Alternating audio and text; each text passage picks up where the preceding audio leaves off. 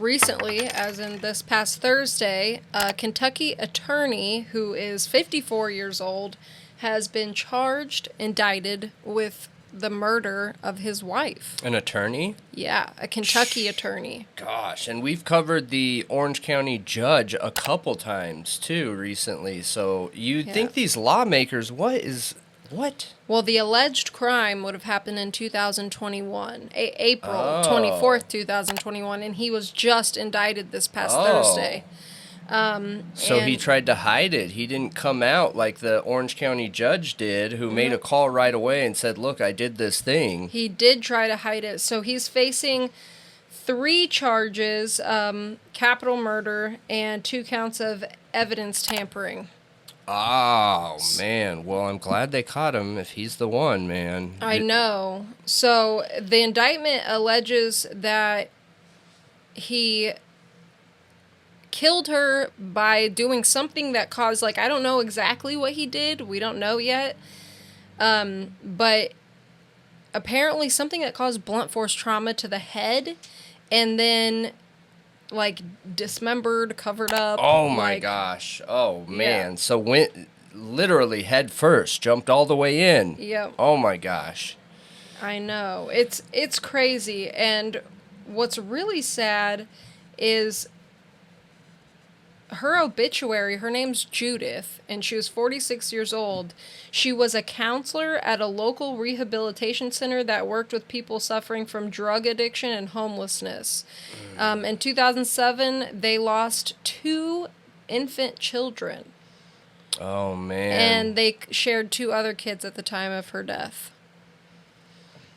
I don't understand that. I don't get that. She was literally like a drug counselor. That's so sad. She was a mother. That's more important to me than being a drug counselor. I don't understand how you can be a parent and care and love for your kids and be willing to take one of the other parents away from them. That blows my mind. I don't understand that. You just ruined everybody's life in that situation. The 2 kids, hers and yours. What in the world is worth that?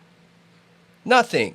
Nothing is worth that. There isn't anything out there that's worth that. I know, and we don't have anything on a motive. This is just now trickling out. But sorry, it's not dismembered. It says that he destroyed, mutilated, concealed, and removed or altered physical evidence in relation to the murder. Okay. The alleged murder. I mean, it sounds like it could still be dismembered to get rid of her. You know what I mean? That's what it sounds like to me, is that basically he tried to hide the body. Whatever that entailed. Any evidence. So it also says that he tampered with evidence, altered some information on his laptop before he gave it to the investigators. Tried to hide stuff. Exactly. So I don't know if I said his name. His name is Donald Deskins, and his wife's name was Judith Dawn Deskins. Another interesting fact about him, so there's no bail on record yet, none listed yet. So this is brand new. It is. We don't know if he's entered a plea yet or retained an attorney. We don't know any of that information. But it does talk about some online court documents from 2014 where he was suspended from practicing for a month and put on a year-long probation after he led a client through a 3-month-long chase regarding court proceedings in her divorce. And she later discovered that he never, scheduled it. Okay.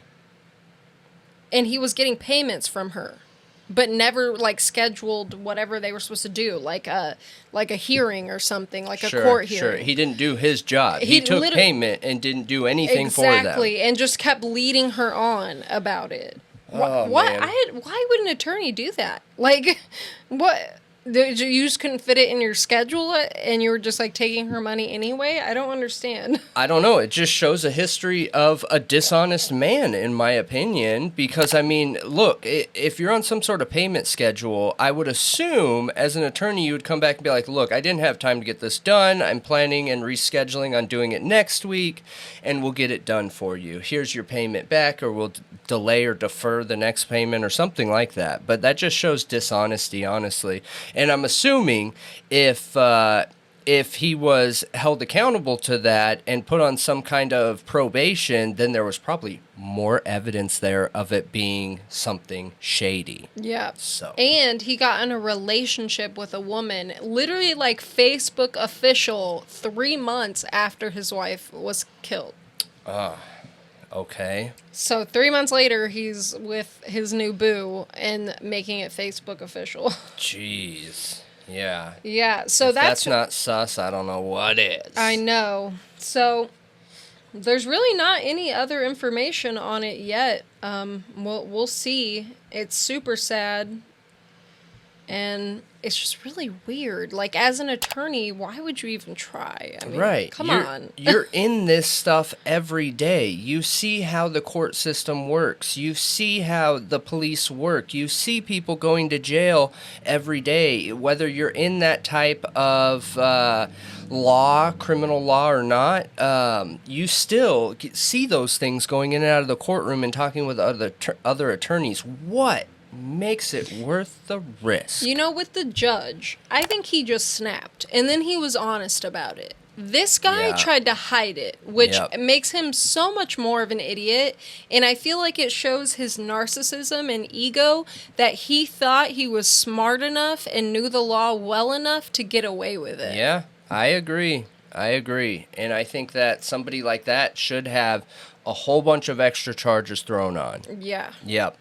At least that judge, made one of the worst mistakes anyone could ever make, but called right away, right after, and was like, look, I'm not going to be in the office. I just did this thing, Right, he was honest from the get-go, which, I mean, he murdered his wife, so it's not saying much, but at least he didn't try to hide it. Yep. At least he knew it was wrong. Yep. And is seeking to be punished for it. I mean... Yeah, because if he tried to hide it or something like that, I'm assuming that they could go back and start looking in all of his cases because they can now prove a history of a dishonest person, right? So then his judgment on these cases might need to be looked at again. I don't know, but at least he did the right thing after the awful thing. But imagine being a judge that put all those criminals away and then going to be in prison with all those criminals. I can't imagine that. I think that is terrifying, and you need protective custody right away.